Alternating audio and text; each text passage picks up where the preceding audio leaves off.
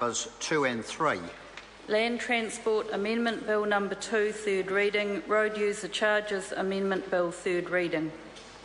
The Honourable Michael Woodhouse. Mr Speaker, on behalf of the Ministry of Transport, I move that the Land Transport Amendment Bill and the Road User Charges Amendment Bill be now read a third time. These bills are the product of the dividing of the Land Transport and Road User Charges Legislation Amendment Bill at the Committee of the Whole House stage. The Land Transport Amendment Bill and the Road User Charges Amendment Bill correct a small number of anomalies with the Road User Charges system which affect a small number of vehicles and their owners. These changes allow for the fair and practical application of road user charges, or RUC, in a range of unusual circumstances. The Land Transport Amendment Bill amends the Land Transport Act 1998, which provides for a range of functions relating to land transport, including the registration and licensing of vehicles. The purpose of the bill is to enable annual charges, in lieu of RUC, to be collected for vehicles which are exempt from road user charges. Exactly. Some classes of vehicles are exempt from road user charges because it is uneconomic to collect RUC for them.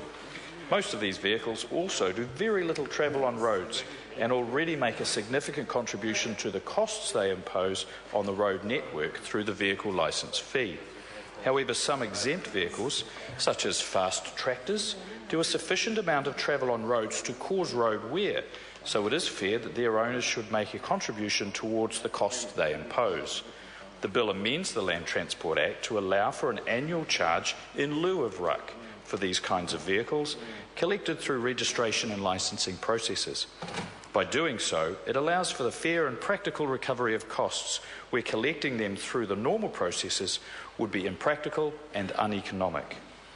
The Road User Charges Amendment Bill amends the Road User Charges Act 2012, which provides for the regulation and administration of the collection of RUC for the use of roads and road wear. The main purpose of this bill is to address an anomaly for some vehicle owners who are required to pay road user charges for their vehicle, but are unable to do so because their vehicle is not registered and not legally required to be. The bill also makes other minor changes to the Road User Charges Act 2012.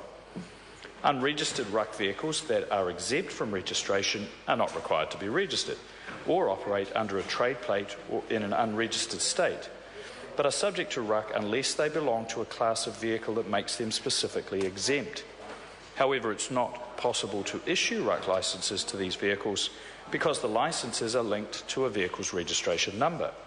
These kinds of unregistered vehicles make only limited use of roads, and it's not cost-effective to try to collect road user charges for them. The Road User Charges Act 2012 will be amended to allow regulations that exempt these unregistered vehicles from road user charges.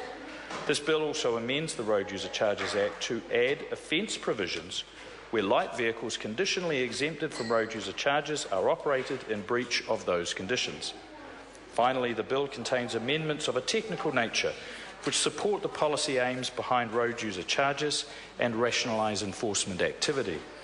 These clarify that a person who has entered into an arrangement to pay overdue fees by instalment will not be subject to additional penalties, allow RUC collectors to set a licence fee for one-off vehicles not covered by prescribed road user charges types, and make minor amendments which allow the effective functioning of the road user charges system.